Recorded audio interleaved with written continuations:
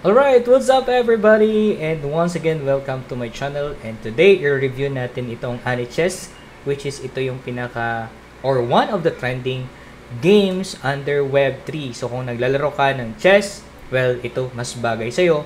And at the same time guys, you can also earn and you can join some events and tournaments na pwede ka makapag-earn dito ng rewards. Okay? So the website is anichess.com, and the good thing kasi dito sa website na to, it's very easy to log in or sign up.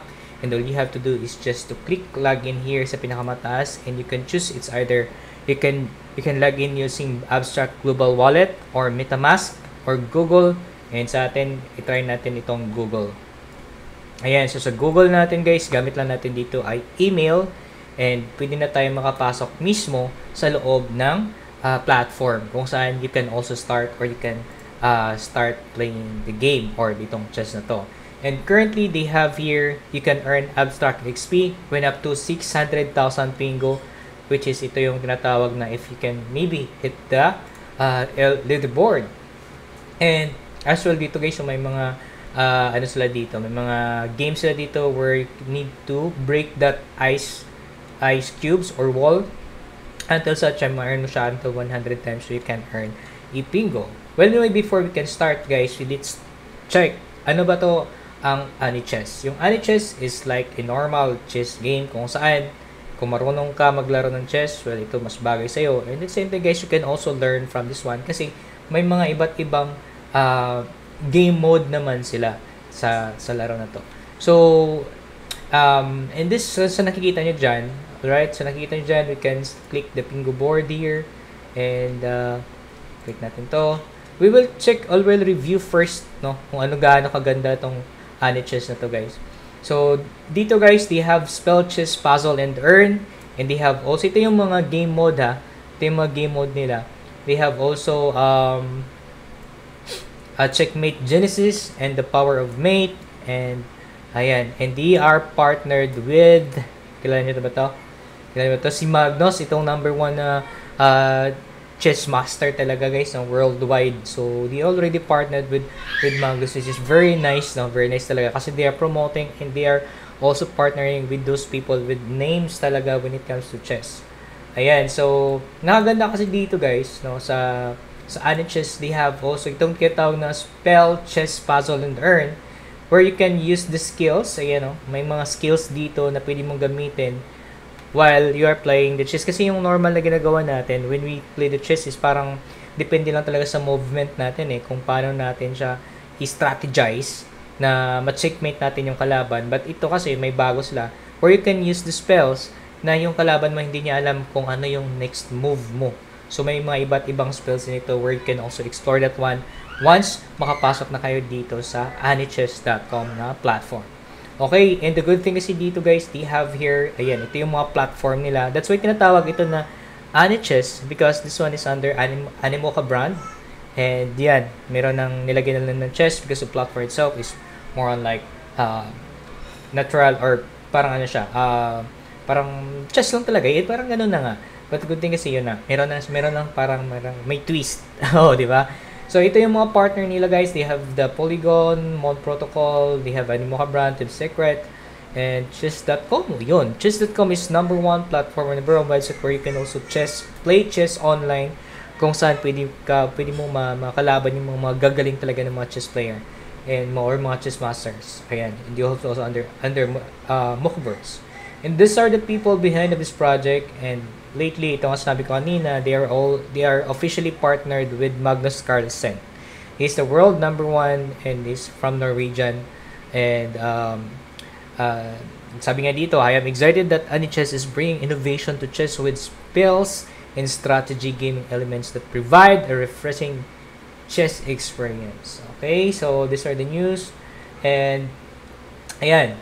So, to join this one guys, no, actually, wala naman siya talaga dito. No required, no need to put up any amount or any asset to start. But you can just click play now.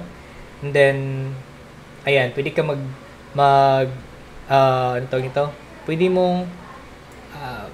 ka mag-choose between the game mode or yan. Meron nila sila casual, rank, custom.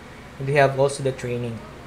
Itong training naman guys, okay, itong training naman is you can play versus the AI kung saan hindi siya actual talaga yung ano mo dito. Hindi siya actual yung makakalaban mo dito. And during the training, you can also choose it's either you want sa white one, which is the white one, which is the first one to make you move. And also you can choose it's either standard or light when it come to spills. Sa spills naman guys, sa light isa lang pwede mo makukuha or gamitin dito during the training. But sa standard you can get 3 spills.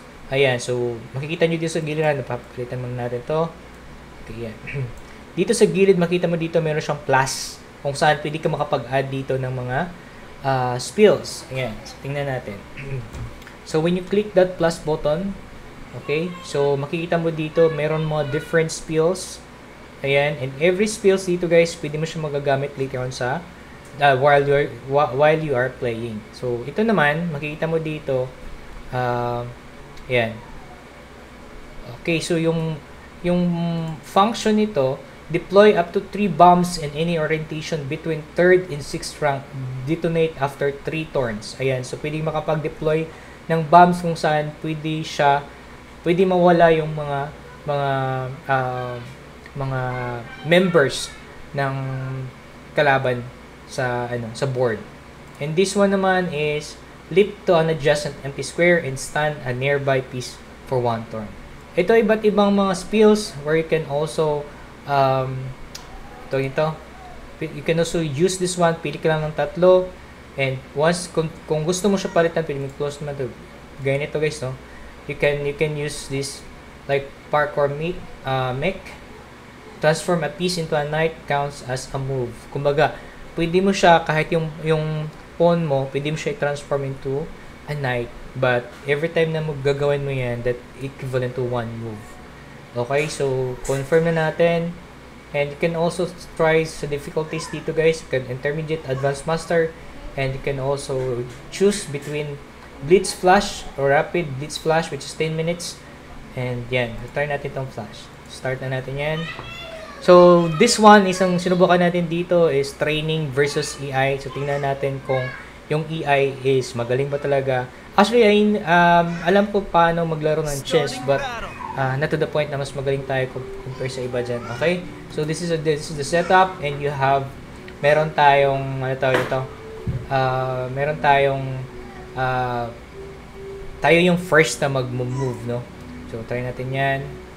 Okay, so we have the king and we have the queen. And ayan, okay, so bagsak na natin to dito. Okay, para makuha natin yan. Right. Okay, wait natin si black, yung kalaban, para tumira. We have only 3 minutes for this game. And try natin guys na kinain niya na pala. Okay, so kinain niya na pala. Okay, let's move here. Ito yung mga basic talaga ng mga mga basic lang to ng mga moves eh. Okay,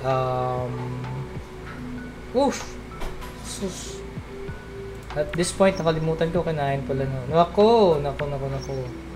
Damn. Okay, so ayan. So puro na kami pinlist dito na to. Oops, okay, sige. Tira na natin to. Ayan. Pinlist tayo down. Kasi bago pa lang tayo dito sa laro na to eh. We're trying to make some adjustments.